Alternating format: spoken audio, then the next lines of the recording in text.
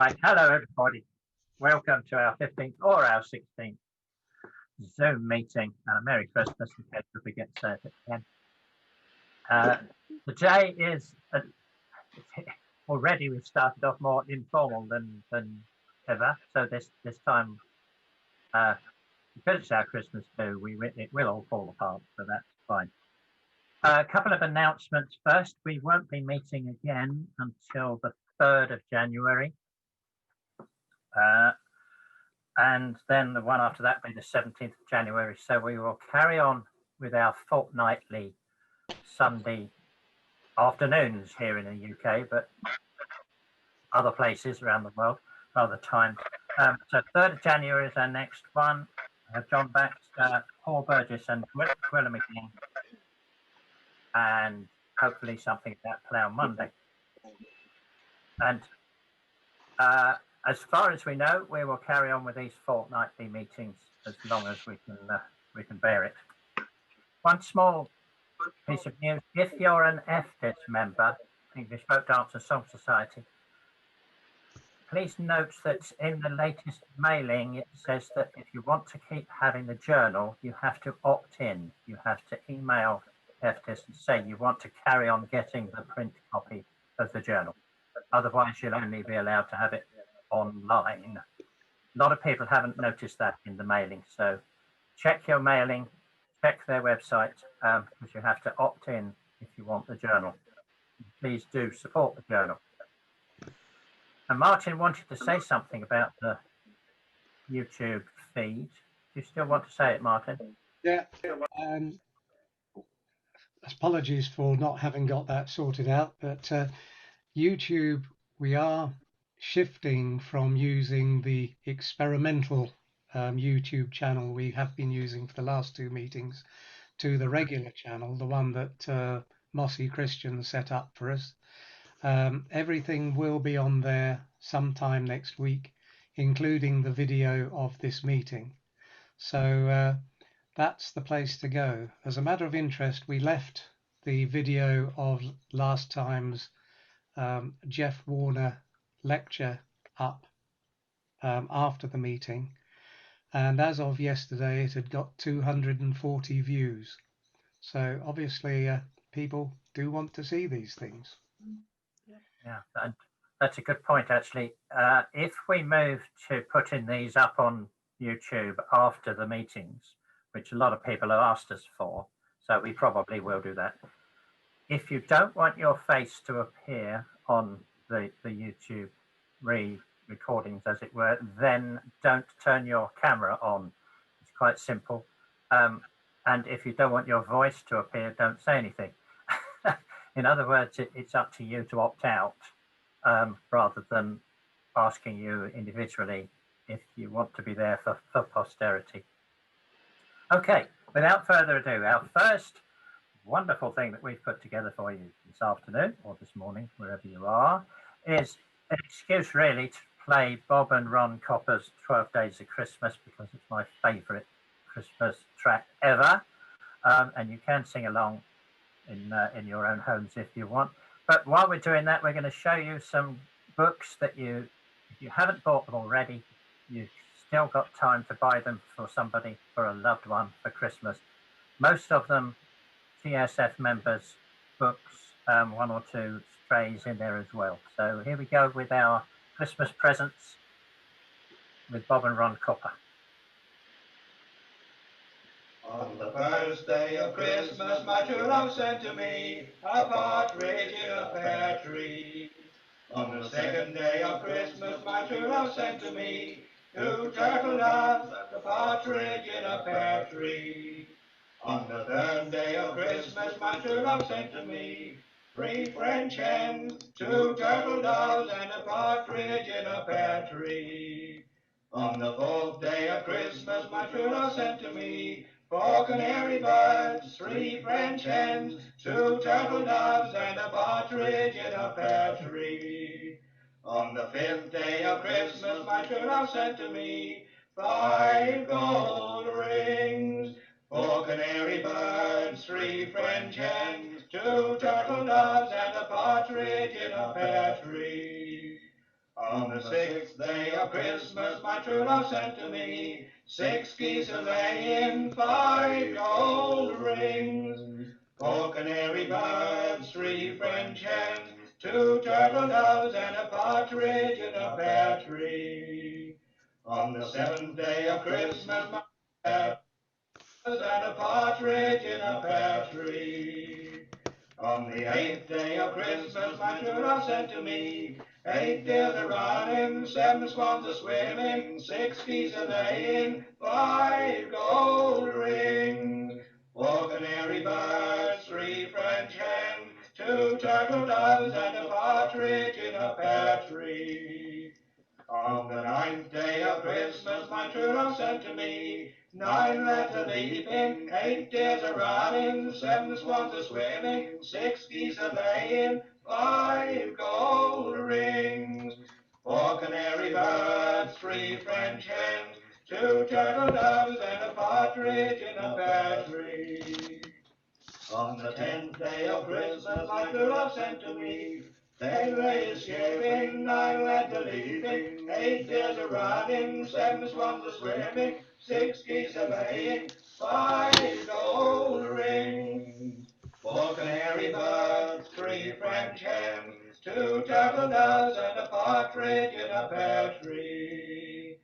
On the 11th day of Christmas, my true love sent to me 11 bears a baiting, 10 ladies skipping, 9 lads a leaping, 8 deers a running, 7 swans a swimming, 6 geese a laying, 5 gold rings, 4 canary birds, 3 French hens, 2 turtle doves, and a partridge in a pear tree. On the 12th day of Christmas, my true love sent to me 12 parsons preaching, 11 bears a baiting, 10 ladies skipping, 9 lads a leaping, 8 deers a running, 7 swans a swimming, 6 geese a laying, 5 gold rings, 4 canary birds, 3 French hens, 2 turtle doves, and a partridge in a pear tree. Yeah, weren't that good? I'm always whinging and moaning that we don't have enough books on folk song, and that nobody loves us.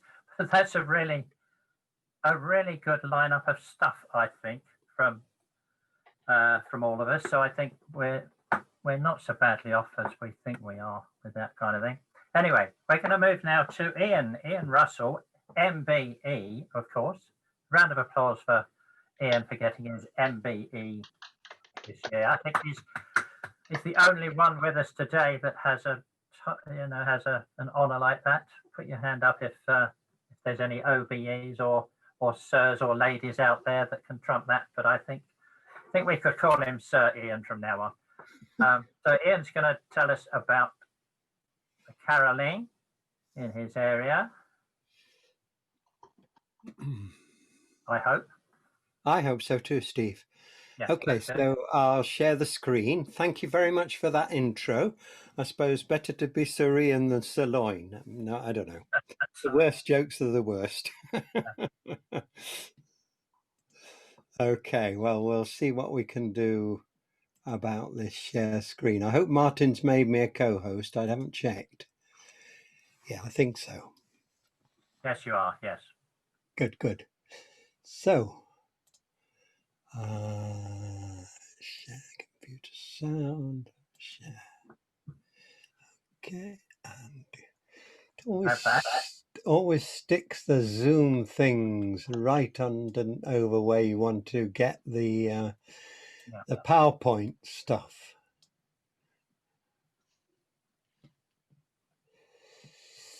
Pardon me.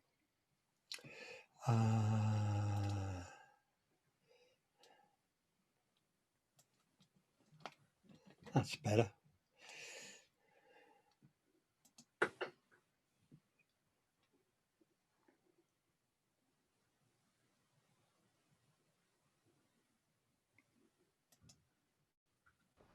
Go to home, Ian. Slideshow. It's all right. It's okay, Derek. It's all right. It's okay. It's my eyesight. I'm afraid it's suffering from abuse. Let's put it that way.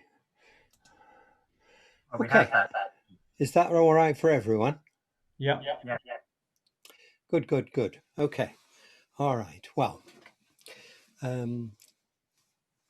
I thought I would spend the next 20 minutes just talking a little bit about some of the things that get to me about village carolling. And here we're in the Travellers' Rest in Newterbridge. Sadly, the pub is closed at the moment, and you can see just how thronged it is, and you can see also that it's a venue where people, young people, older people are not only enjoying carolling, but they're also recording the fact as well. And that's not the only phone or camera that's been shown during the night on that occasion. Okay, well, we're going to go to just one or two just to give you the flavour of how busy these places are. This is the Royal Hotel Dungworth. Sadly, there have been several incidents over the years, over many years, of people fainting, and people haven't realised that they fainted because they're so crowded that they just stay standing up. There we are. Oh dear. There's another venue, one that perhaps people don't know. I know some of you have been to the Royal Hotel at Dungworth. Here we're at the Crown and Glove in Stannington, but similarly busy. Looking around the room, very much full of local people. At the Royal, we get lots of people who've maybe travelled quite a distance, some international visitors as well. Hence, it's thronged. The village of Dungworth, I'd be surprised if there more than 400 people live there. So it isn't exactly a big community. And there are probably hardly anybody from the village apart from the licensees in the picture. It says, I've been spotlighted. Oh dear, I hope that means you can still see the slideshow. Okay. Right, so we move on again, and we're going to talk a little bit about the contemporary picture. I usually leave this to the end of a talk and then it gets missed out. So I thought I'd start this time so it doesn't get missed out. There was a time, maybe 50 years ago, when the participants in a carolling session in South Yorkshire, we're talking about now, were all pretty local, maybe from within 5-10 miles, maybe within walking distance in most cases. Now, that isn't the truth. People travel, they might travel 20 miles. And the case mentioned in Dungworth, where people will think nothing of travelling 30-50 miles, or even flying into the UK to spend a few days touring round carolling spots. Goodness me. And Derbyshire, maybe not quite so busy, but it's still very busy.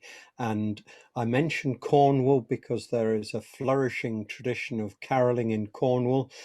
Some of you may have seen Hark, Christmas Hark. It's a book that came out a couple of years ago, and it relates very vividly the contemporary situation in Cornwall. I'm sorry, I can't just get the names of the authors out for that, but we can come back to that later. We're talking, though, not about something that's been revived. This is the confusion a lot of people have. They think of folk traditions only in revival terms. In South Yorkshire and Derbyshire, the carolling traditions have continued, and we've got pretty accurate records, documentation of these traditions going back maybe as far as 250 years. Maybe longer, of course. We just don't have the documentation.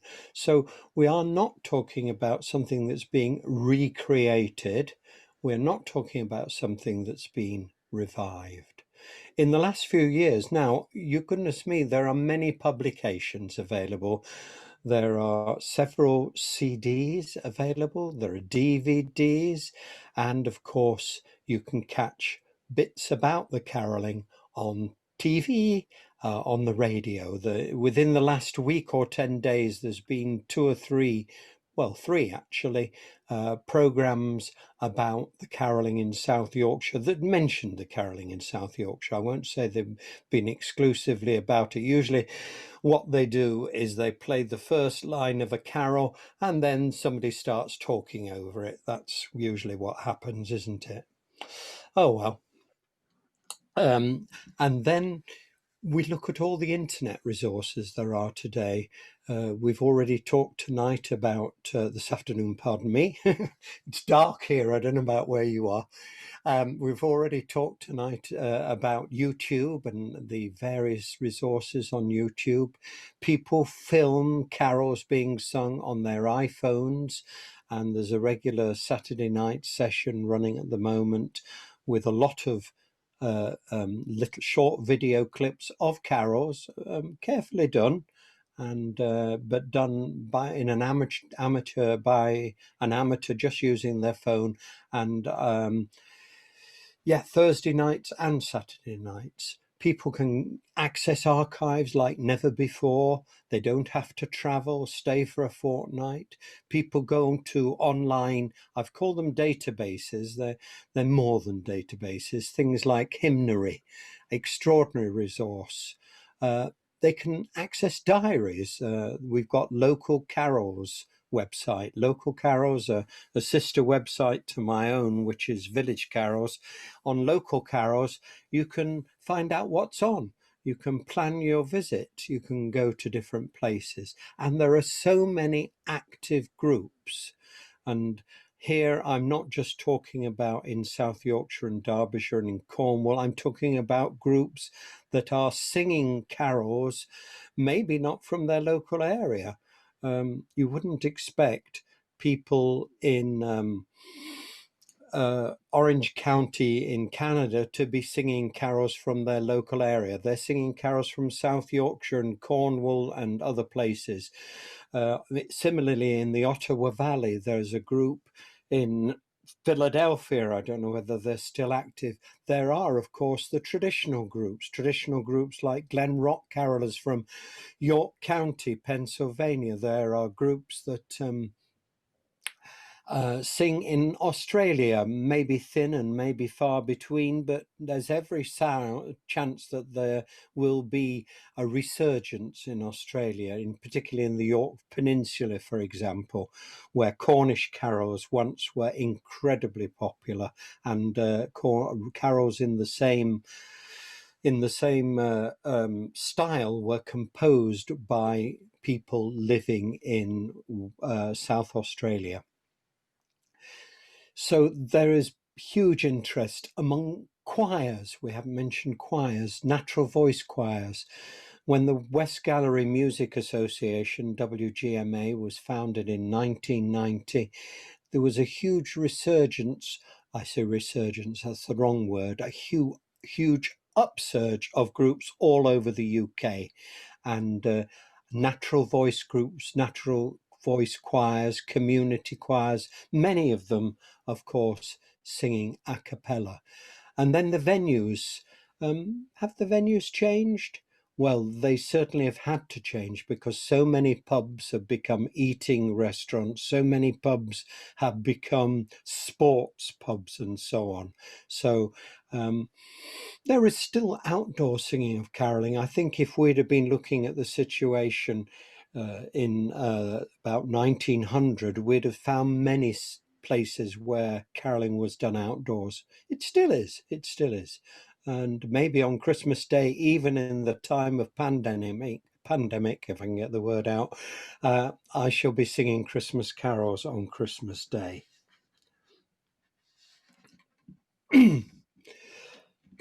So here's my horrible history. It's horrible because it's so quick and so short, and some of you will know it off by heart already, and may even seen some of the slides. But we've got a movement emerging in the early 1700s of vernacular composition by people in villages composing tunes for psalms and hymns. And there we've got a classic example of one such, John Hall of Sheffield Park. That's Sheffield, not down south, Sheffield Park, Sheffield. And he died in 1794. And we still sing a number of his carols within the larger Sheffield area.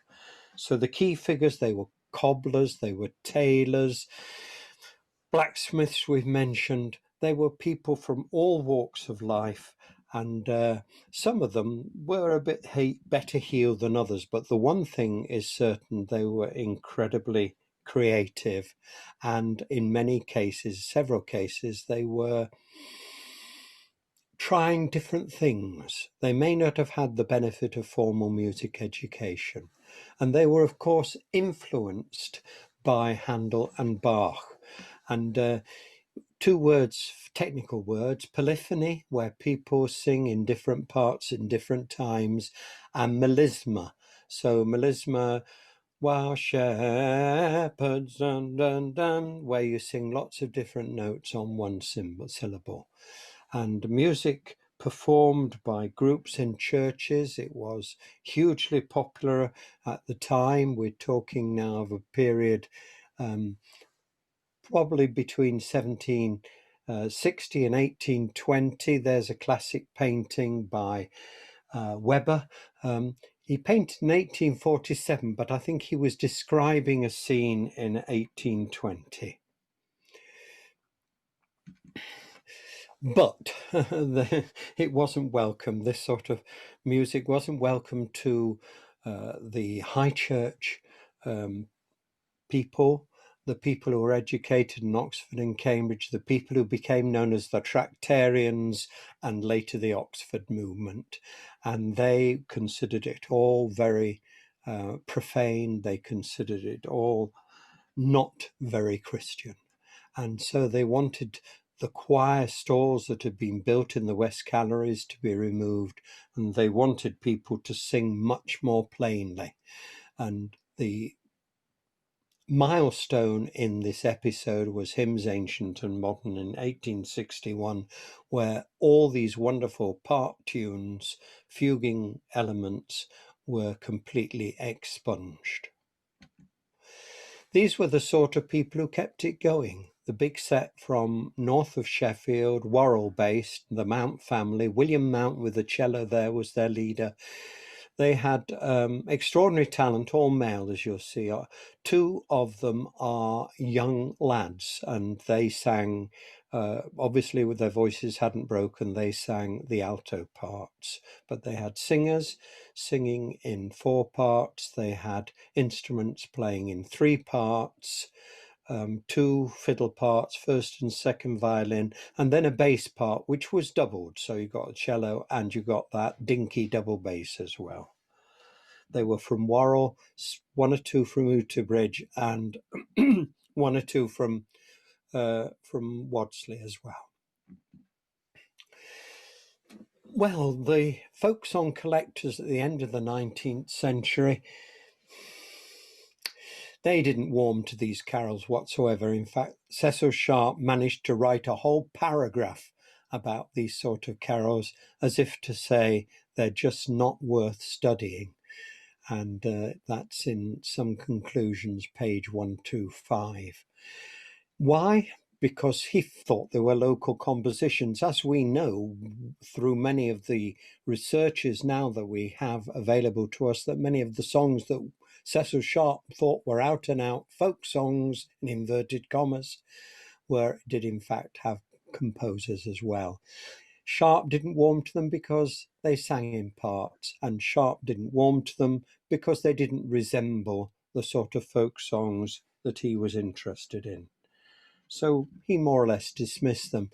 And Vaughan Williams, I don't know if he was following Sharp's example, probably, but I think it was commonly accepted that that you didn't sing traditional material if you had bass parts. So he objected to basing, he objected to counterpoint, and he objected to Jacob's Well, which he started to transcribe when he was in Castleton and stopped as soon as he found out it had different parts. And James Hall, who was singing to him, started telling him about the bass part. Poor old James, as far as Vaughan William was concerned, he didn't even know his proper name. He didn't have his address. He called him J Hall, a Mr. J Hall from Castleton. There were at least, I think, 16 families of Hall when Vaughan Williams visited Castleton. So to go into Castleton, ask for J Hall, would have turned up probably at least of 8 different residents. Who knows? Anyway, time for a little bit of Jacob's Well, which Vaughan Williams turned his nose up at, recorded in Castleton last year in the George Hotel. You'll all be pleased to know that Jacob's Well, still on the same page. Page 5, please. And nothing happens. Jacob's Well, a stranger. Again? Yeah, it's going, but I'm afraid nothing is happening. Oh dear, that's sad. Huh? Can hear it. We can hear You it. can hear it. Oh, good. Oh, I'm really sorry. I'll imagine what it's like. Okay. Again. Do it again.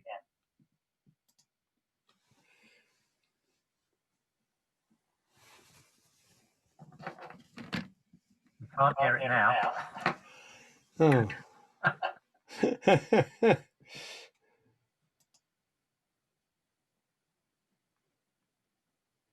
No.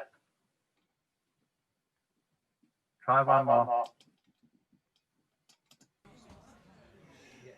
You'll all be pleased Yes. to know that Jacob's Well, We have it. We've got it. still on the same page. Page 5, please. Jacob's Well, a stranger's soul is drooping, praying to cheer. It is drooping, praying to cheer. Maria's daughter, little Maria's daughter, little thought that Jacob's God was near. Will somebody tell me when you've got to the end of the first verse?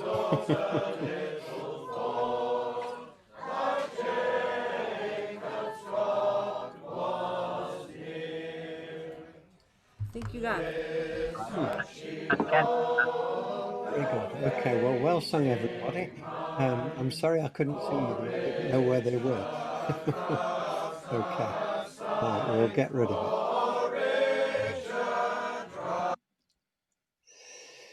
Has it stopped? Yes, it has. Good. I'm very pleased.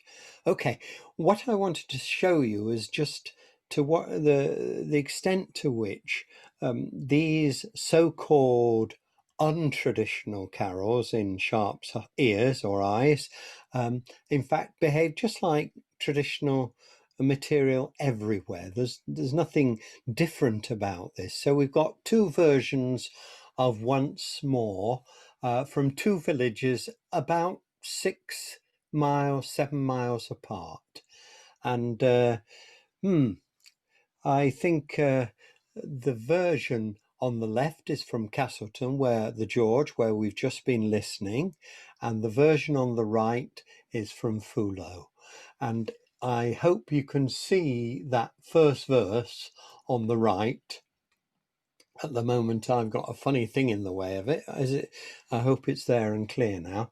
So once more the sweet melodious sound, we're reading Castleton, salutes the happy ear, the pleasing echoes vibrate round, shepherds dismiss your fear, and so on. And in Fullo, it's once more the sweet melodious sound, salutes the happy morn. the pleasing echoes vibrate round, for Christ the Lord is born. And this particular carol occurs on Broadsides and in chapbooks, so we can then compare it obviously with the forms, the printed forms as well.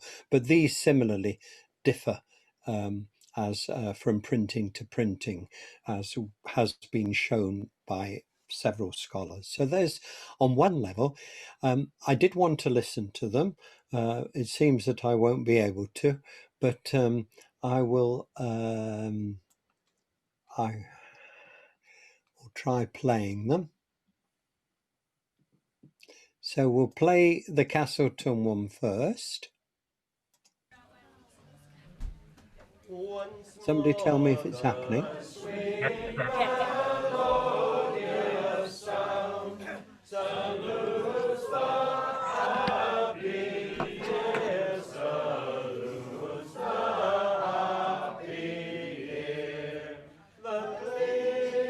And tell me when we've got to the end of verse 1.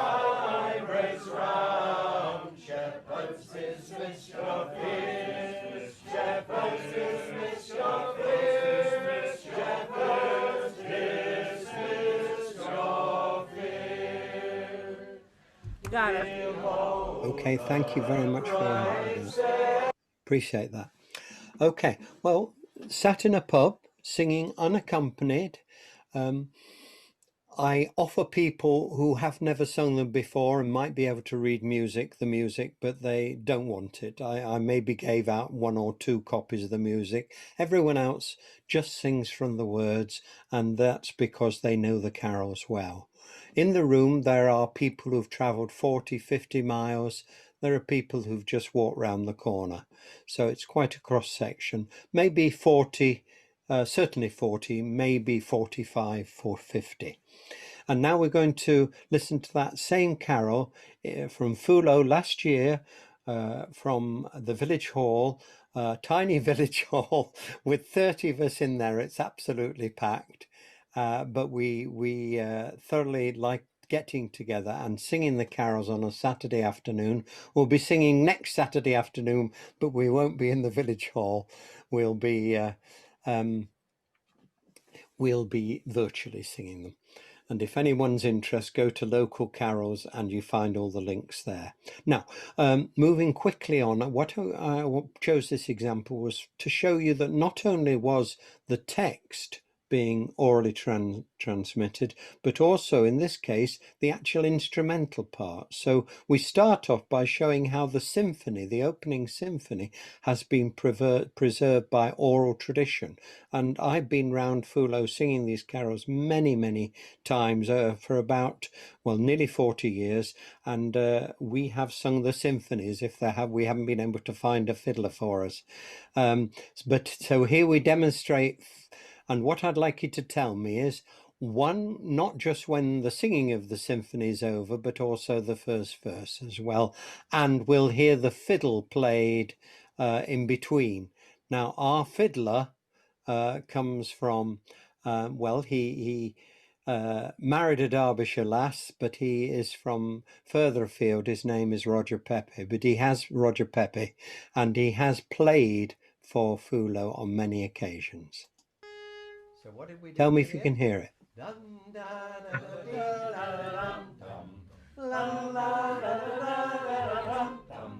Good, thank you.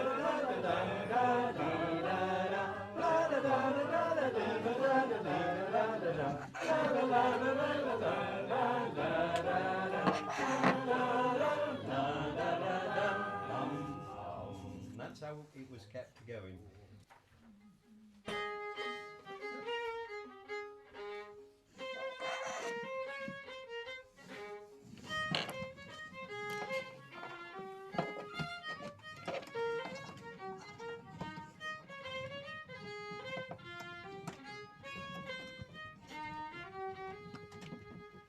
Once more, the sweet melodious sound, salutes this happy morn, salutes this happy morn.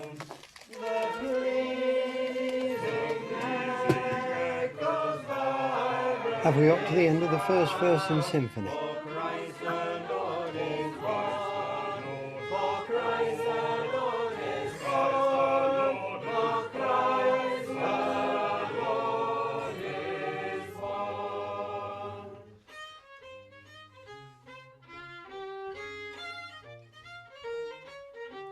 The end of the verse. And now the symphony. And the end of the symphony. Okay, thank you very much. We'll stop it there. Okay. So, what is it that about Sharp and Vaughan Williams and others that caused them to completely overlook this extremely vigorous tradition? It's still playing again. Oh dear. We will try and stop it. Sorry about that. Has that stopped it? One person speaking to Ian, please. The rest of you stay muted. Thank you, Ian. I appreciate all the help I can get, Steve. Let's got it. It sounds like a Greek chorus to me. It's behind you. Yeah. Now,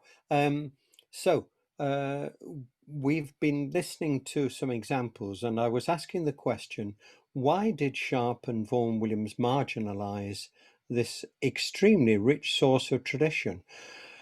By all accounts, it was much more vigorous at the start of the 20th century than it is at the start of the 21st century. Well, I think one thing in the equation is the elephant in the room that they didn't mention. And the elephant in the room is their own upbringing and their own teaching of Church of England aesthetics, let's put it that way.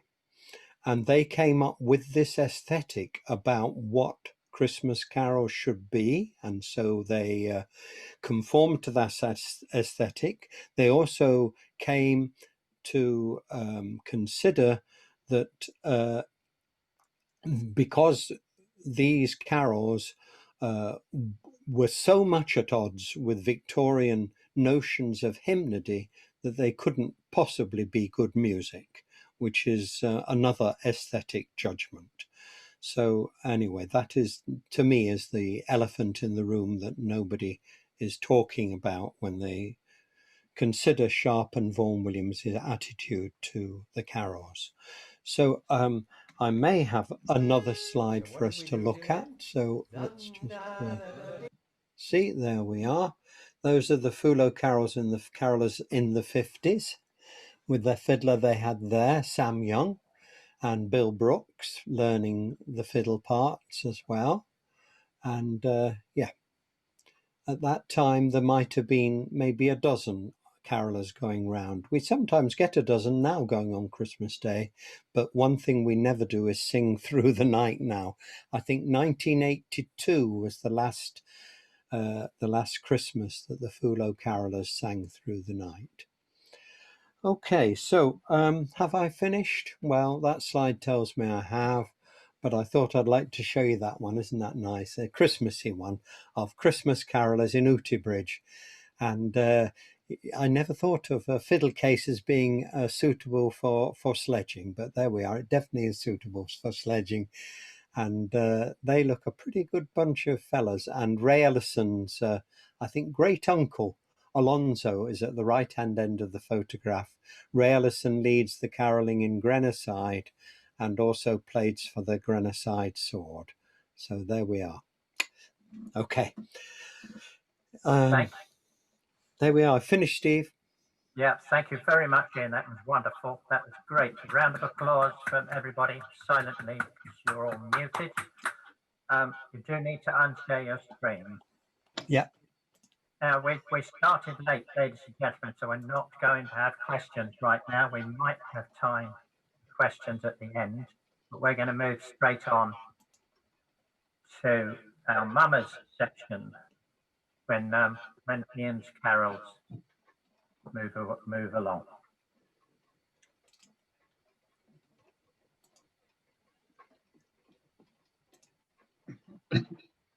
That's it. Are you all back? Yes, you are. Hello, everybody. That was really excellent, Ian. Thank you very much indeed. The next section is on mummers, which most of you will know was one of the most widespread of calendar customs in Britain, certainly in England, in the 19th and first half of the 20th century. This happened to be the first sort of research project that I undertook when I was first interested in this kind of thing in the early 1970s, along with the late Paul Marsh, who some of you will remember. So what we've got next, if Martin is ready, we've got Sid Cole, who was in the North Waltham Mummers in Hampshire from the 1920s to the 1950s. We got him reciting the play, recorded him in the early 70s. And at the same time, we've got a bunch of photos of Hampshire Mummers for you to look at while he's reciting.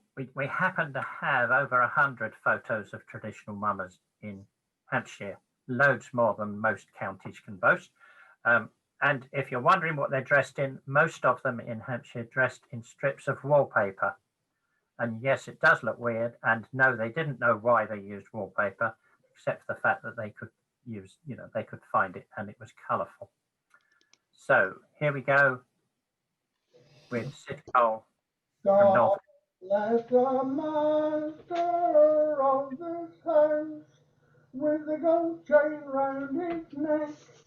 Oh, where his body sleeps or wakes, Lord, send his soul to rest. And Lord, send his soul to rest. God bless the mistress of this house with a gold chain round her neck. Oh, where her body sleeps or wakes, Lord Jesus, see her guide.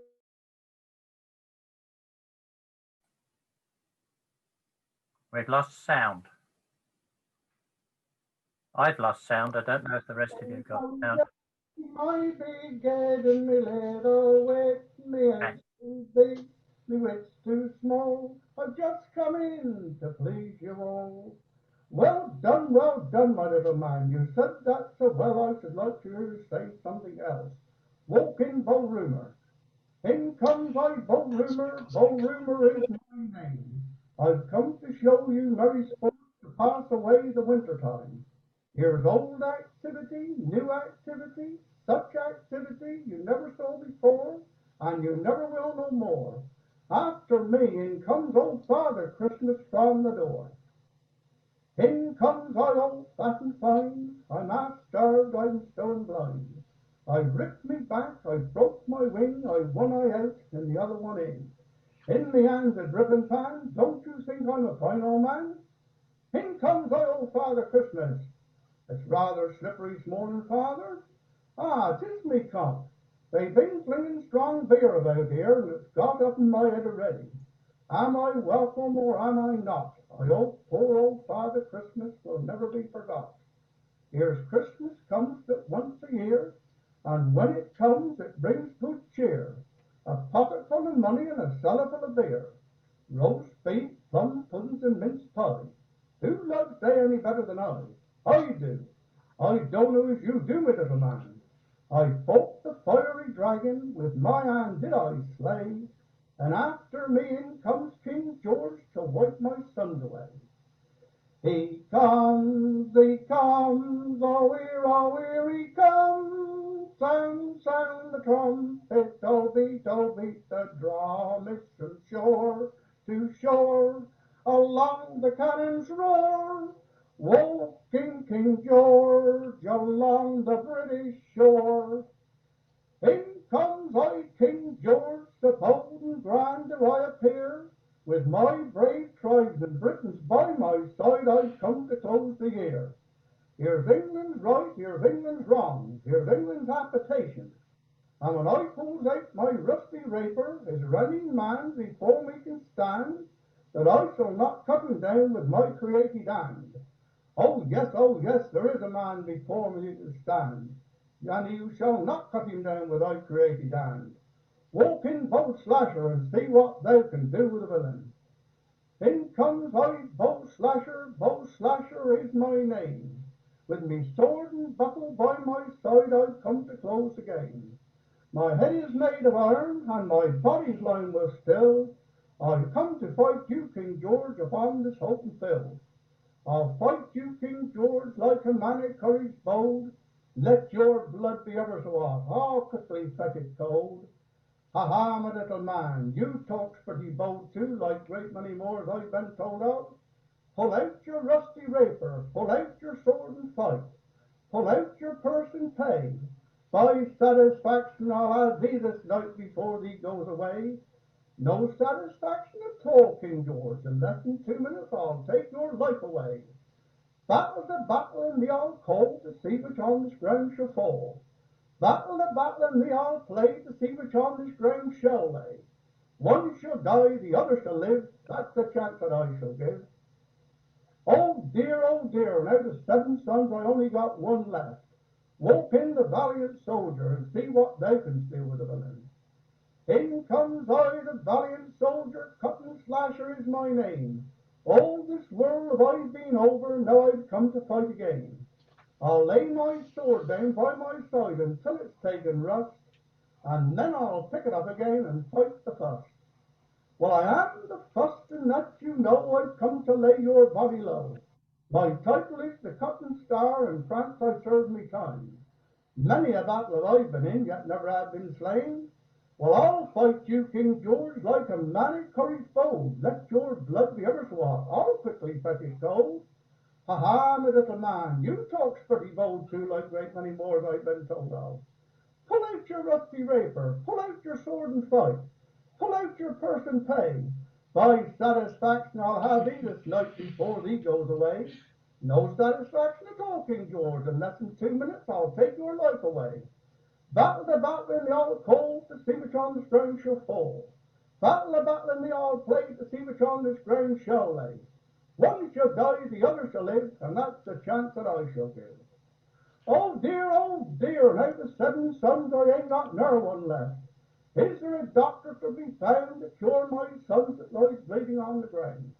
Oh yes, there is a doctor to be found to cure thy sons that lies bleeding on the ground. What's thy cure, doctor? The hits, the sticks, the palsy, the gout, the raging pain that pops in and out. What's thy fee? 10 guineas is my fee. For £10 I'll take of thee.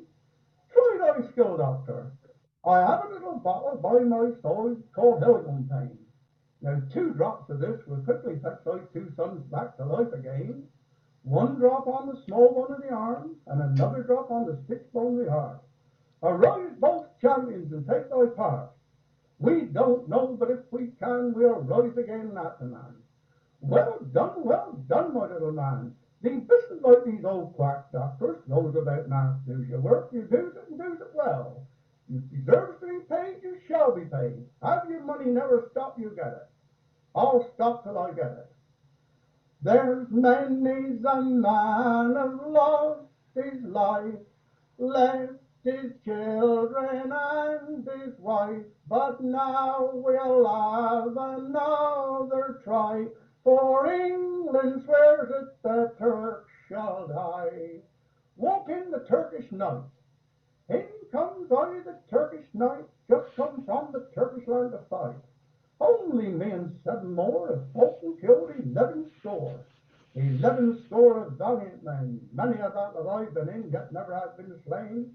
And I'll fight you, King George, like a man of courage bold. Let your blood be ever so hot, I'll quickly fetch it cold. Ha ha, my little man, you talk's pretty bold too, like great many more as I've been told of. Pull out your rusty rapier, pull out your sword and fight. Pull out your purse and pay. By satisfaction I'll have thee this night before thee goes away. No satisfaction at all, King George. In less than 2 minutes I'll take your life away. Battle the battle in the old cold to see which on this ground shall fall. Battle the battle in the old play to see which on this ground shall lay. One shall die, the other shall live. That's the chance that I shall give. Oh dear, is there lawyer to be had? As I sit here so very, very bad. oh yes, there is a lawyer to be had. I'm sorry you sit there so very, very bad. I'm the lawyer of the lot. What's about the most property that I've got? I've got 2 shillings in my pocket, 1 wife, 1 son. When that's put down, my will is done. That's no good, that's not enough to pay my fees. What are thy fees? 10 guineas and a glass of grog, and that I expect before I go. Well, I can't pay it. Well, if you don't, I am supposed to take from you your hat, cap, boots, and clothes. And if I should do a lawyer's right, I should also take your life away. Go home, you cowardly knight, and tell what mendeth full in England. If I'm the cowardly knight, just give me my discharge. I suppose I've got a big man to face now, haven't I? Walk into the twin train. In comes I to the twin train, the head man of this press gang. Although I'm a Johnny Jack with my wife and family up my back, although I'm only short and small, I think myself the best man of you all. Hey, what's that? You think yourself the best man of all? Why, I know the old grandfather years and years ago. Bought pigs off on him and fatted him up for turnip pecker handles. Yet they all die for one eating the pig litter.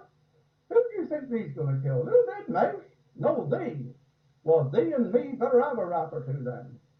Oh dear, see what I've been and done. Killed my poor old father Abraham Brown. My wife is big, my family's small, but I still think myself the best man of all. Here I sit and take my ease. Ladies and gentlemen, give me what you please. A juggy of a good old Christmas ale, a glassy of good old Christmas wine. Money in the money box, and God save the king. God rest you, merry gentlemen, let nothing you dismay. Remember Christ our Savior was born on a Christmas day. To save poor souls from Satan's power was a long time gone astray, which brings tidings of comfort and joy, which brings tidings of comfort and joy. From God who is our Saviour, those blessed angels came, unto some certain shepherds brought tidings of the same. Amongst you friends and kindred, a label far and near, and God send you all a happy new year, and God send you all a happy new year. That's it. Thank you, Sid Cole. One of my favourite. The first person we ever recorded, and also one of my favourite people. It's funny how we always like the first ones that we collect from. Anyway, thank you. That was the Hampshire Mummers. That's a small selection of the photos we've got, but come back next year and you'll see some more. We're going to move swiftly on. We've had Christmas carols and we've had the Mummers, so we're now going to have Wassailing with Gwilym and Carol. Don't forget to unmute yourselves, Gwilym. Yeah. Okay. Yeah. Good. First thing I'll do is share screen. And the next thing I'll do, I shall, where is it? Share screen, and I just got to find this option to make the audio soundable now, don't I? Well, I'll share it for a start, don't I? That's right. More, and yeah, that's it. Share computer sound. Yeah. That last piece was very dear to Gwilym's heart, being a Hampshire hog, yeah, and also having revived the Odium Mummers with help from Roy Dommett, who also revived the Crookham Mummers. Yeah. So it was brilliant. That was. Yeah. Okay. Can you see that? Yes, we can. Right, from the beginning. That's a rather cheeky title, part 1, the first 1,000 years, but you'll see what I mean in a minute. Well, first of all, check this out. We sail all over the town. Our bread it is white and our ale it is brown. and our foliage is made of the best motley tree. Give away sailing full, I'll bring on to thee. Now his help to our master into his right eye. Pray God send our master a good Xmas pie, and a good Xmas pie that we may all see. Give away sailing full, I'll bring on to thee. Right, that was just a couple of verses of an 8-verse wassail song that Carol and I recorded from Billy in 1999. Billy Buckingham, we recorded him in Stonehouse in Gloucestershire, which is near Stroud, and he was 87 at the time. And he, as a boy, he and 3 companions, when they were 12 years old, would tour the area south of Stroud. They'd go from farm to farm, big house to big house, singing their version of the wassail song, which, like most Gloucestershire versions, they pronounced wassail. They wore women's clothes and they blacked their faces. And they knew they had to take a wassail bowl with them. They couldn't pinch their mother's washing up bowl or pudding basin, so they took a chamber pot with them, which they decorated. And on a good night, they could make £3 between them, which was a large sum of money in those days. And for years afterwards, Billy would regale the pubs of Stonehouse with that same song, which is where I encountered him. So that was the 20th century. Now, with a couple of clicks of the mouse, I'm going to skip back a millennium, if I can. Let's have a look. Here we are. I skipped back a millennium. Beowulf. We all know the etymology of the word wassail. It's Old English for be well, wassail. The etymology is all bound up with hail, hail fellow well met, which is a greeting, hail and hearty. It's all in there somewhere. And how old is that greeting? Well, presumably it was old when Beowulf was written. Beowulf was written down approximately 1,000 years ago, but the tale is probably much older. And in it, you'll see the hero Beowulf. He comes to the aid of King Hrothgar, because King Hrothgar and his realm are being pestered by the monster Grendel, who is taking off some of the inhabitants in the night. So up comes Beowulf, the shining hero, and what does he say? He says, "Weißt du Hrothgar Hal?" Excuse my pronunciation. Okay, what have we got here? Well, Hrothgar, weißt du Hal? Okay, take out "thu" as you, obviously, thou. Wes Hal. So we've got an early form of greeting, be healthy. And it's a greeting. It's a greeting. As a greeting, we'll skip forward a little bit now. How about this one? Old English, Hail Mary. You wouldn't think it would translate Hail Mary, but there we are. Ave Maria, gratia plena Dominus tecum. West tu Hail Maria. I won't try and pronounce the next bit, but Hail Mary, full of grace, the Lord is with thee. Wassail Mary. There we are. So, and there are several other references in medieval English to wassail, meaning hail in that sense. Various references over the centuries. We haven't got time to mention them all, but we can say there was an Anglo-Norman poet recounting that before the Battle of Hastings, the troops, as they were drinking, were crying wassail, to which the drink was drink hail. So, to which the reply was drink hail. So already we've got another element coming in there, drinking, toasting each other. So it's seen as a toast. So we're already linking drinking to wassail.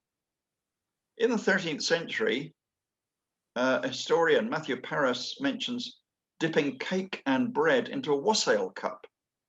So no, we have an artifact to do with wassail. By the 16th century, we start finding new references. We start finding references to the orchard wassail. And in 1585, it was noted that in Fordham, Kent, young men were reported going from orchard to orchard, blessing the trees. Okay. And in 1660, a clergyman in Sussex paid boys to howl his orchard, which is a term used in Sussex until recent times for wassailing. They call it howling.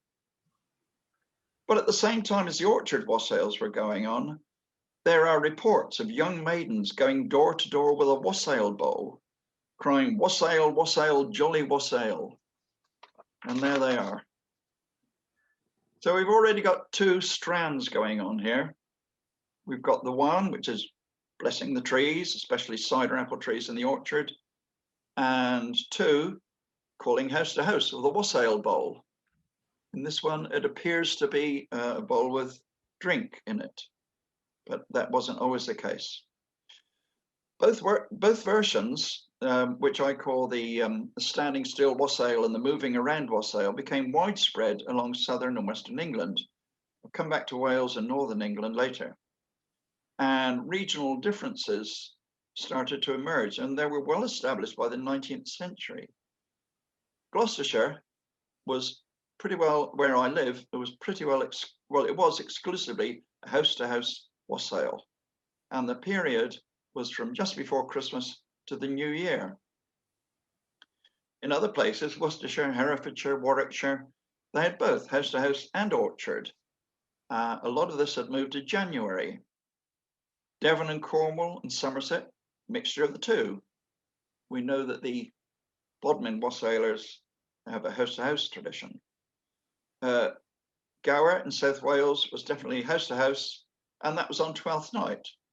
So we have lots of different variations. For some reason, wassailing is connect with South England, West England, the North, Wales, but it seems to have passed East Anglia by. Now, I've no idea why, but no trace of wassailing in history in East Anglia.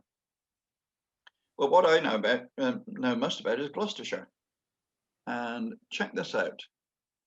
This is a group of wassailers photographed in about 1930 by James Madison Carpenter, an American collector.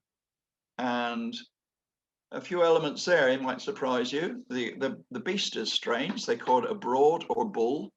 And in Tetbury, they had a very spectacular beast, which they took around with them. The wassailing bowl is very curious. It looks like a small cake tin. I'm told it's a grain measure, but you can see the actual tin is quite small, but it's got a great tree, decorated tree above it. And they're carrying a little barrel there, which you might think was a collecting barrel, but I'm told it was to hold cider. It's called a costrel. So that was the Tetbury wassailers, and the only photograph, very rare photograph of traditional Gloucestershire wassailers. Now I'm going to move on to other locations. The north of England, they had a different variant on the custom. This I quote, this is from a website. In the 1800s up to around the 1920s, children around the Midlands and northern England, County Durham, Lancashire, and particularly Yorkshire, would enact a curious custom, like a mix between carol singing and Maydolls. The custom had many names, often localized: Wesley Bob, a wassail bob, a vessel cup, there's your wassail, a pretty box, or a millie box. When the custom was done, it varied. Visitation days varied, and accounts recorded in Yorkshire emphasised this variation. Some days it was on Christmas Eve and went on for 2 or 3 days, whereas in other places it was only Christmas Day in the morning, and other places it was Boxing Day, and other places New Year's Day. And there's another account. During Advent, two young girls called vessel maids would carry a box or a double hoop of evergreens with 3 figures inside. And let's have a look. They would decorate the figures with fruits, especially oranges.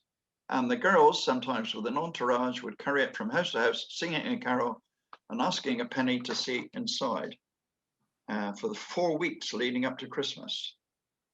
So that's the north of England. And we can't go without mentioning South Wales. Think of the Gower Peninsula. It's very, very English in character. And the folklore and the songs from there are very English. And we have here the great Phil Tanner, the best English folk singer ever produced in Wales, as I call him. And we'll hear a bit of that. The Gower Wassail, wonderful tune. Throughout all this town, our carpet is white and our ale it is brown. Our wassail is made of good ale and cake, some nutmeg and ginger, the best we could get. Aldi-dal, aldi-dal-di-dal, aldi-dal-di-dal, aldi-dal-di-dee. Aldi-der, aldi-dee, sing to the lido. There we are.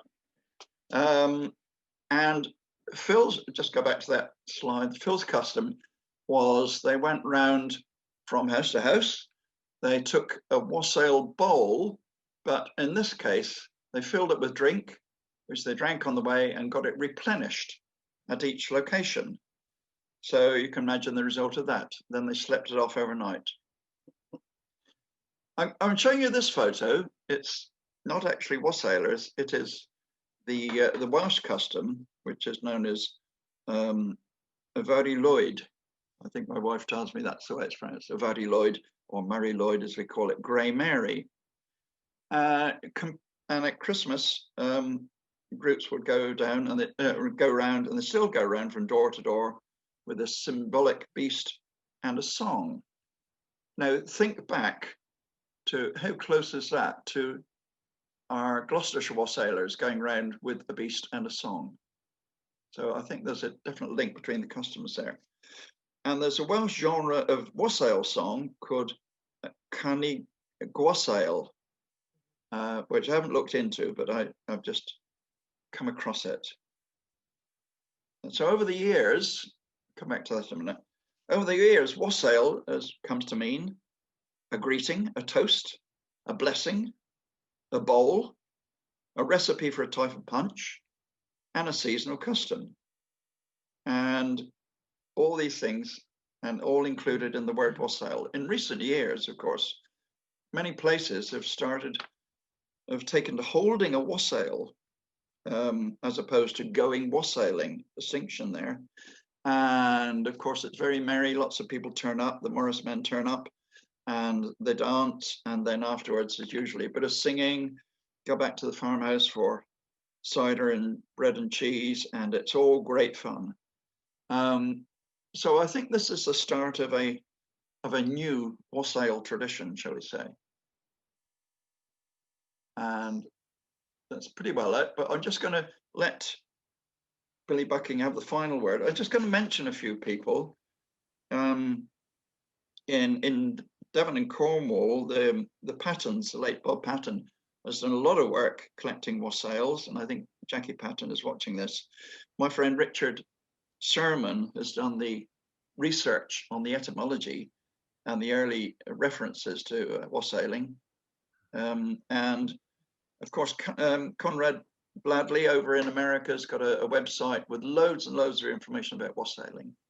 But anyway, we're going to finish off as we started with the final verse of Billy's wassail song, we hope. Now, butler, come fill us a bowl of your best.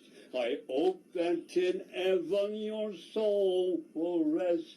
But if you should bring us a bowl of your small, then down to go, butler, bowl and all. There was an old woman, she had but one cow, and out in the tainted she did not know. Oh, she built a little barn to keep her cow warm, and a drop of raw cider will do us no harm.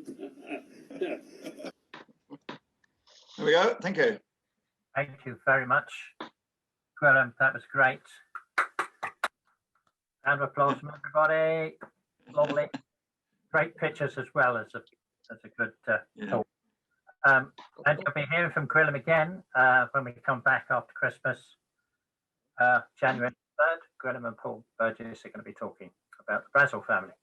Right, we're way behind time. So we're going to move on quite quickly. But before we do the next bit, Dave Eyre, are you there, Dave? Wanted to say something about Dungworth caroling, to advertise something. Yes, this morning was a programme on BBC One called A Very Country Christmas. It ends with the last 10 minutes, approximately, with a group of 6 singers sat outside the pub, stood outside the pub, because, of course, we were subject at the time of the filming to restrictions.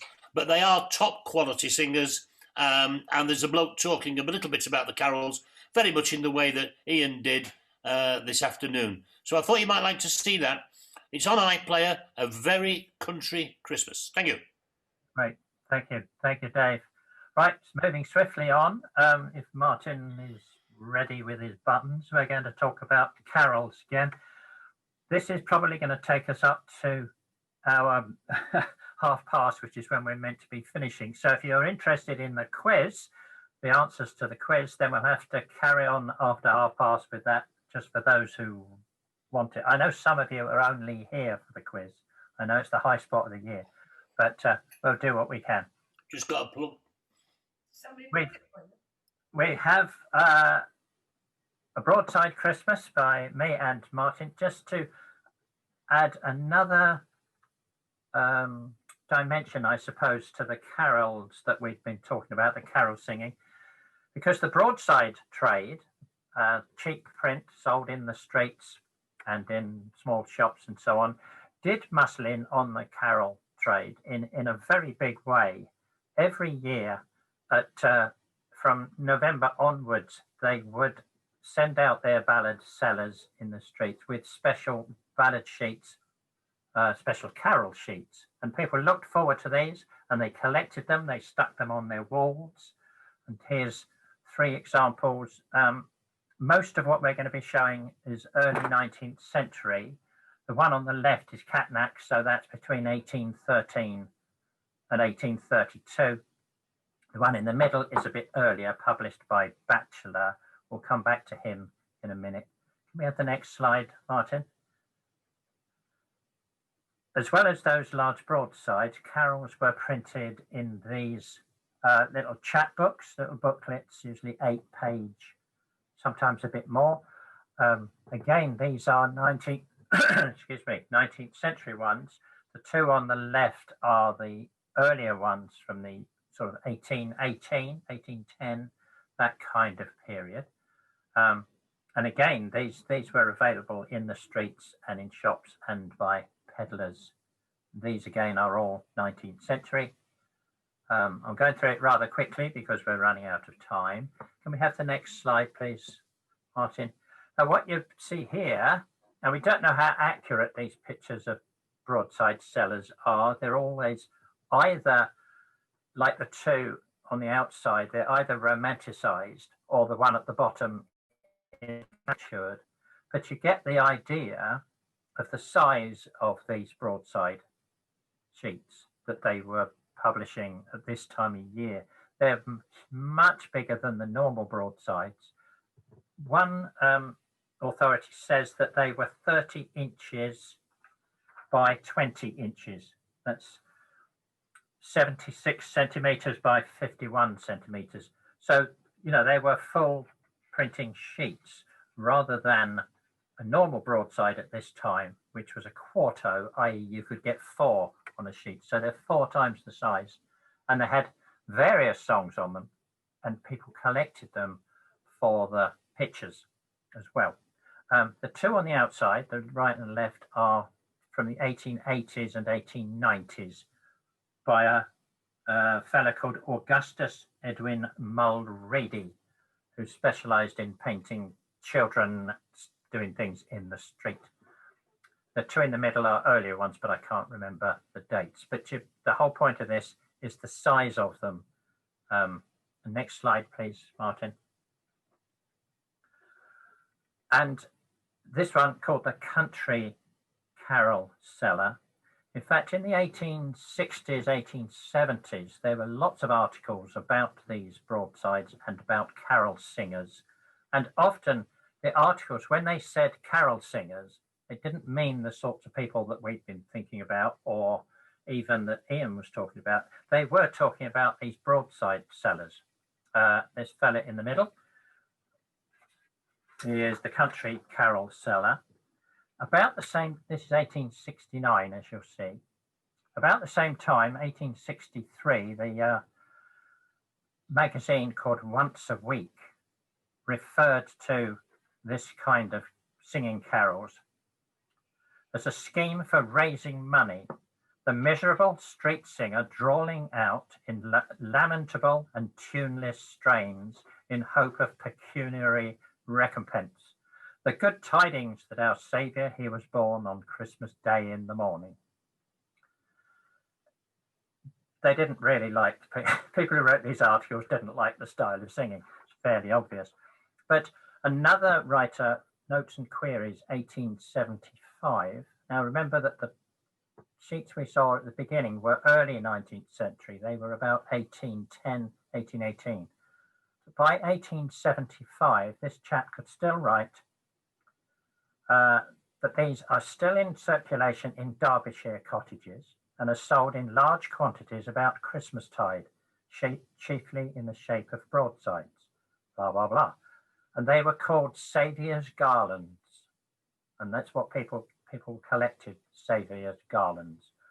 And this fella in 1875 says, I have more than once bought them of late years in Sheffield Marketplace. Can we have the next slide, Martin? Please. Right, in 1823, William Hone, whom some of you will know as a radical writer and publisher, and he wrote published the Everyday Book and that sort of thing. He looked into these carol sheets, and as you can see, he regarded them as sort of collector's items, and thought that they were something from our past that should be at least looked into, if not preserved. He gave us a very useful list of the carols that were still being published, excuse me, at that time. So if we look at the next slide, which is just the first half of the titles that he gives. All of these, he said, were on sale every Christmas in every town street, and as we've seen, every country village as well. We've marked the ones in yellow that you're likely to recognize. There's a hell of a lot here that I don't recognize, certainly, but specialists like Ian probably could sing them all. On to the next slide. There's the other half of his list. Very few of them are still, I would say, are still sung today. The one carol which we'll be mentioning quite a lot in a minute is God Rest Ye Merry Gentlemen. And that's the one that gets mentioned, I think, most of all in all of these articles and in all the broadsides and stuff. God Rest Ye Merry Gentlemen. Probably, again, Ian might know better than this, but it's 18th century, probably early 18th century song, God Rest Ye Merry Gentlemen, which we'll come back to in a moment. So the next slide, William Hone, who did that list, he went to Batchelor, the printer in London, and saw one of his sheets on the first slide. And he asked if he could buy the woodcuts that Batchelor used for his annual Christmas broadside. he wanted to buy them because he was an antiquarian and he wanted to collect them. But Batchelor refused to sell them. He said, no, people wouldn't buy my sheets if I didn't have these illustrations, these woodcuts.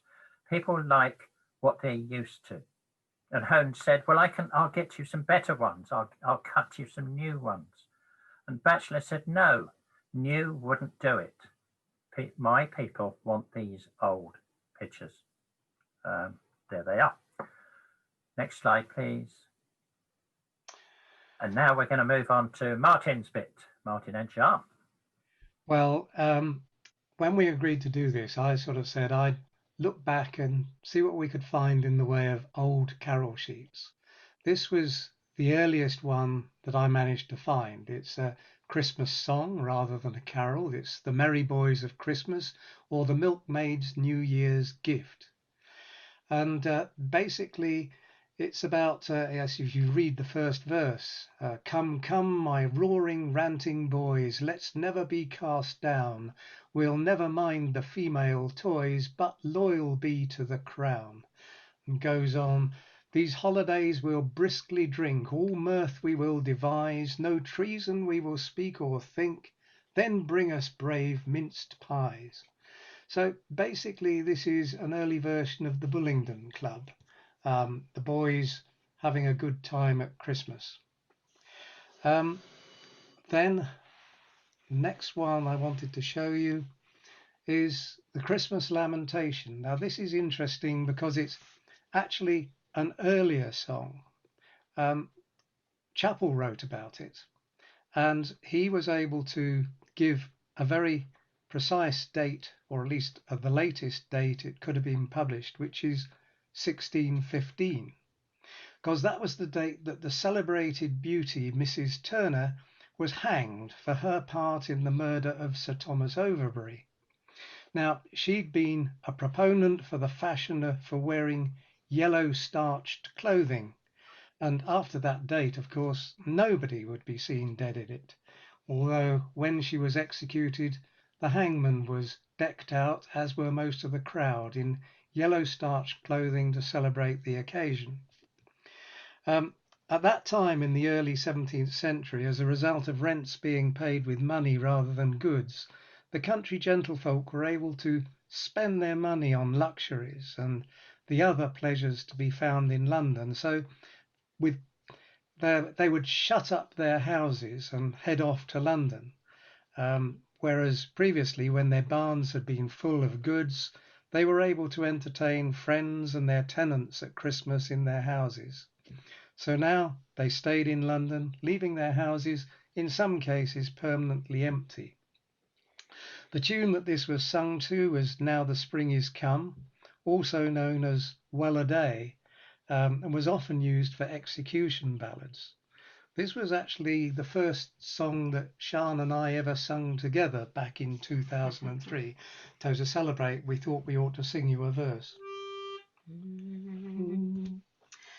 Christmas is my name, far have I gone, have I gone, have I gone, have I gone without regard. Whereas great men by flocks there be flown, there be flown, there be flown, there be flown to London wood. There they in pomp and pleasure do waste that which old Christmas wanted to feast.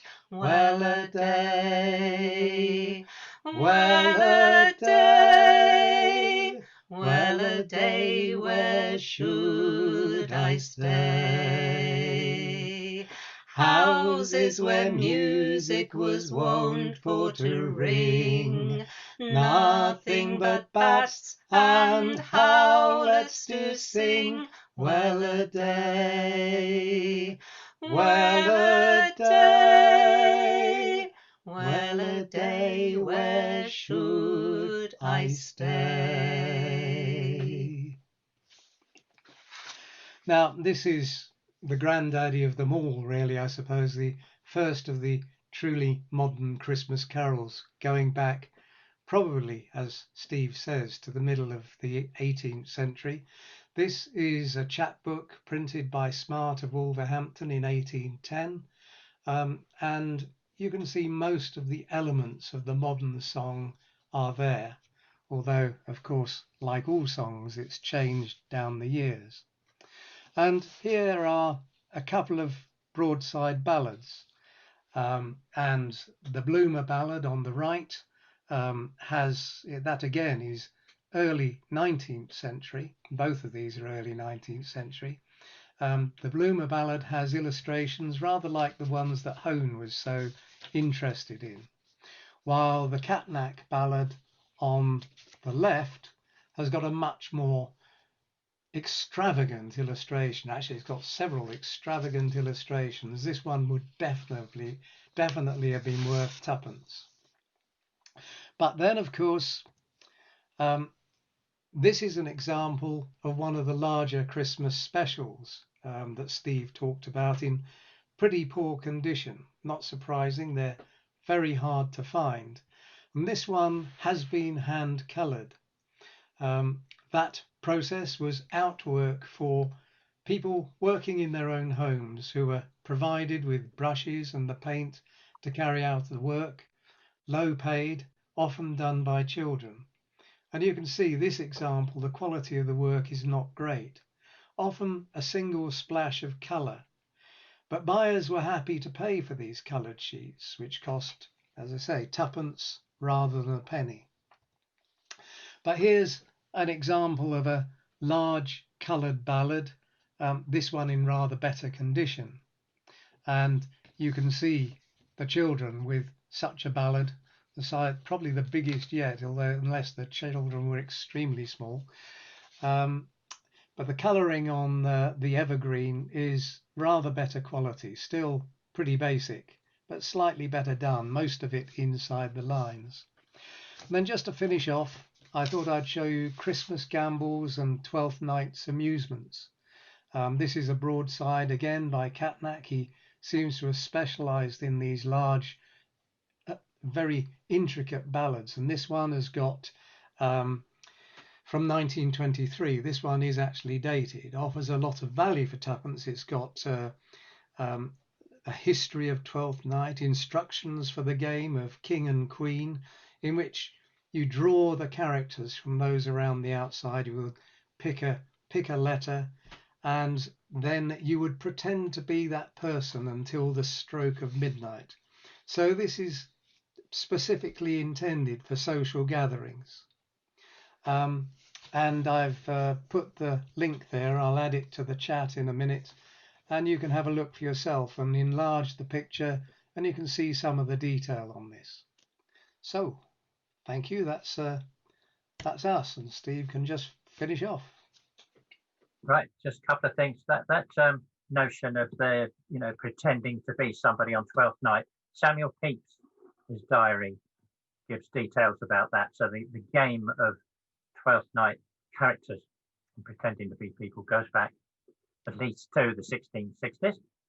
And the other thing about the colouring of the sheets, there's an article which is mostly about Valentine's Day broadsides and cards and messages and so on.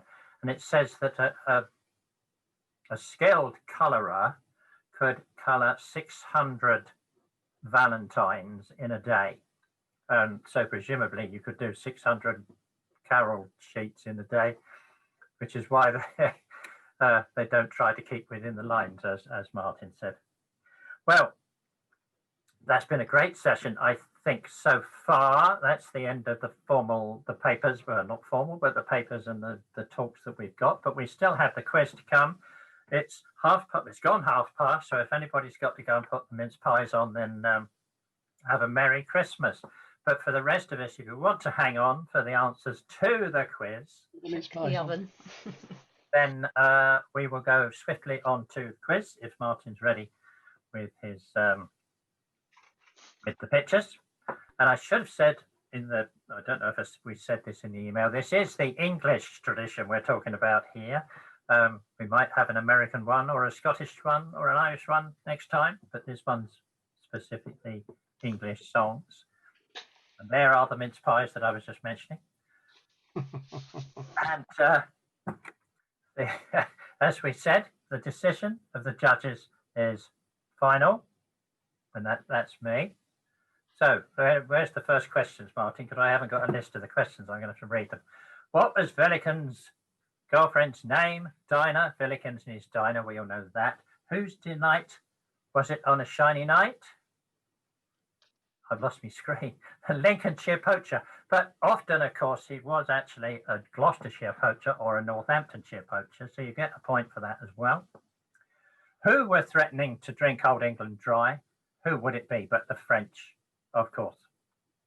Who is taking Jenny to the fair? That would be, I've lost my screen completely now. Who's taking Jenny to the fair? Jockey and Jenny to the fair. You'll probably know the tune, Jockey to the Fair, based on the song, Jockey and Jenny. What usually comes between a branch and a nest in Roud 129? A twig. That's the tree on the hill or the bog down in the valley, that kind of song. Next page. What was in the eggless basket? That's referring to the song Eggs in Her Basket, where the woman puts a baby in the basket, pretending it's the eggs so that the sailors can steal the eggs but get the baby. What word connects Randall, Bateman and Lovell? Well, actually lots of words, but what we're looking for here is Lord, of course.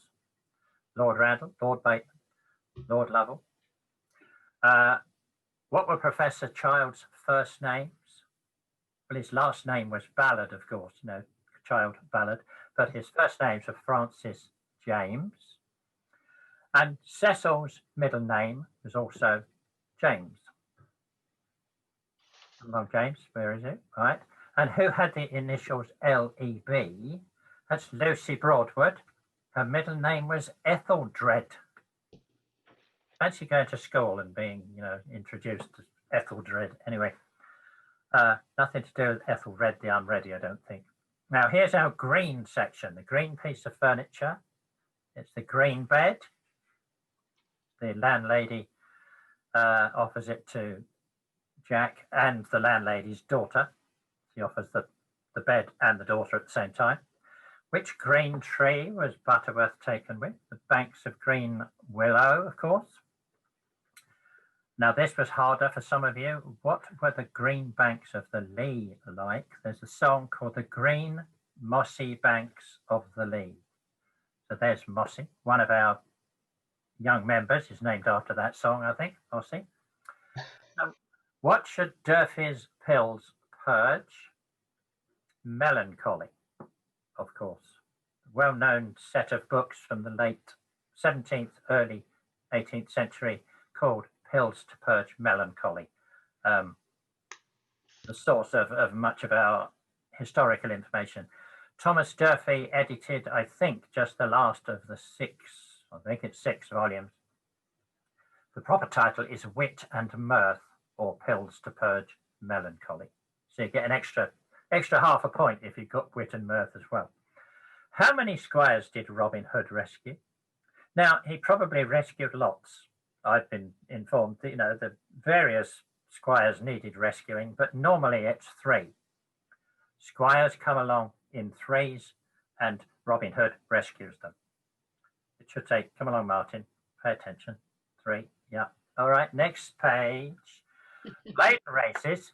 Bloody cheek. Vic Gammon has ably told us all is based on a trip to Brighton, an earlier song, and not Brighton in Sussex. Unfortunately, I wish it was, so that Sussex people could claim a Geordie song, but it's Brighton, USA.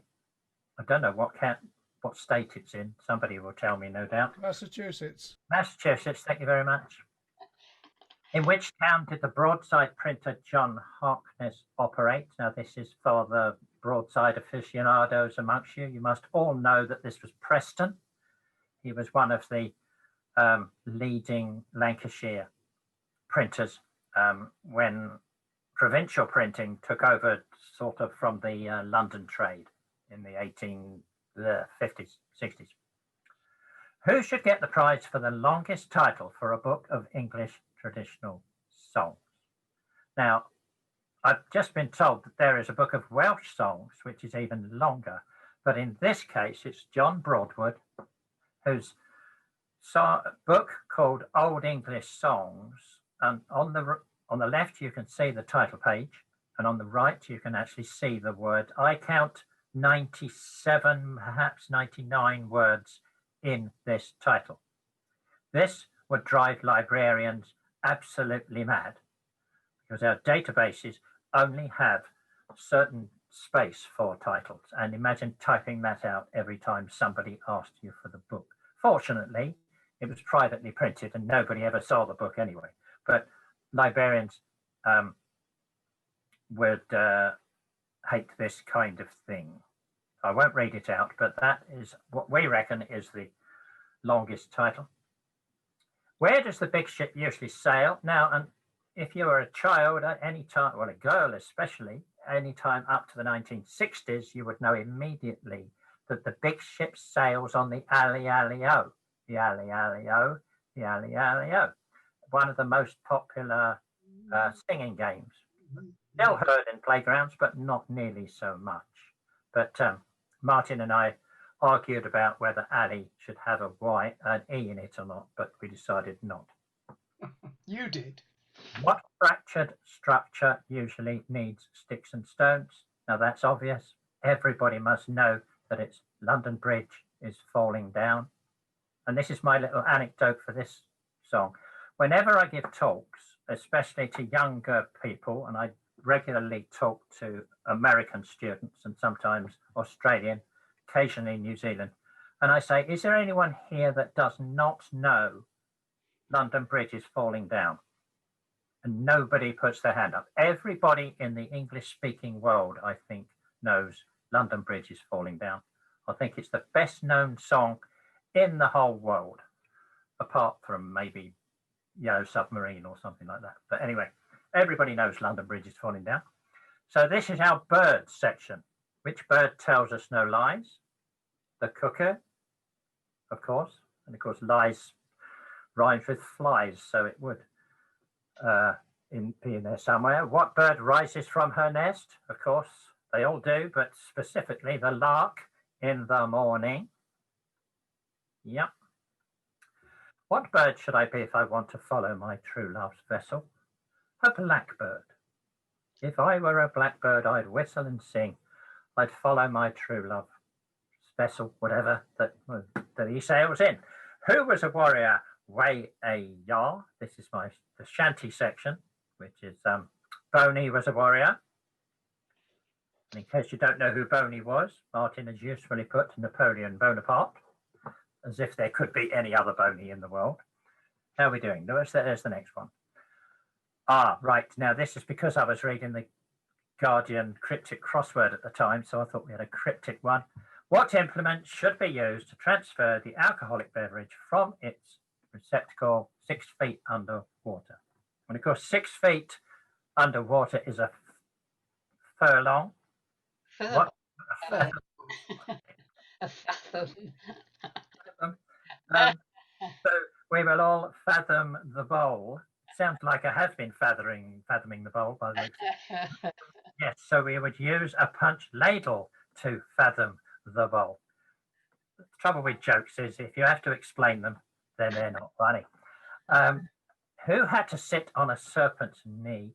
Now this, as you know, Martin and Sean sing a damn good version of this. Dives and Lazarus. Now I call him Dives, but they call him Diverus in their song. And if you listen to Classic FM, they always call him Dives or something, but that sounds far too posh. So I reckon Dives. I reckon Dives is what it's properly called. Here's one for Sue Allen. Which region was known for its merry neats? And that's Cumbria, of course. Who entreated the farmer to try the lad? Now, slightly trick question here because it's two people. The farmer's wife this is the farmer's boy, of course. The farmer's wife says, try the lad. but then the daughter says, yes, Dad, do it. So you get an extra point if you got the daughter as well as the farmer's wife. Ibsen, Gibson and Johnson, who were they? They were 3 jolly butchers. I don't know why they were jolly, but they were. They're always jolly. And the next page should be the last one. Whose teeth did not shine before the Lloyd intervention? This one's for Brian Peters, who gave us a very good talk on A.O. Lloyd recently. It was Renaudine, as he was originally spelt. So not only did Lloyd put the shining teeth in there, but also the notion that he was a fox by calling him Renaudine, whereas most of the early broadsides had him as Renaudine or other kinds of spelling like that. What part of the vehicle should we all hang on to while it rolls along? The back of the chariot. Well, roll the old chariot along and we'll all hang on behind. You all know that? Yeah, of course you do. Right, which already mentioned song? Last question. Uses more often than not the subjunctive mood in its title or chorus. Did you all get this? If I were a blackbird. Now, those of you who went to grammar school will know that we should all get out there to save the subjunctive. Like we should save apostrophes whenever we can, except on grosser signs. The Apostrophe Society and the Subjunctive Society should get together. Grammar nerds unite. Okay. So, as we said, the decision of me is final. You can use the chat. In fact, it looks like people have been using the chat to disagree, but that's fine. I hope you enjoyed that. It was a bit of nonsense to finish off the year for our TSF Zoom meetings. When we started these, we had no idea we would still be doing them at Christmas and into the new year. Thanks to you all for your support throughout the time and, you know, your emails of support and stuff and for joining in. But thanks most to Sean and Martin, because they're the ones behind all of this. They're the ones who make it work. They're the ones who do the work between the meetings. So a round of applause for Sean and Martin. Well done. No time left for questions or comments. So it just remains to say Merry Christmas, everybody. I hope you keep safe. The vaccinations will be along soon. Most of us will be on the sort of second or third list, I should think. So keep safe over Christmas. Do you want to say anything, Martin? Happy Christmas, Steve. Happy Christmas, everybody. Happy Christmas, everybody. Lovely to see you. And keep singing. Keep singing. Keep reading books as well, as I say.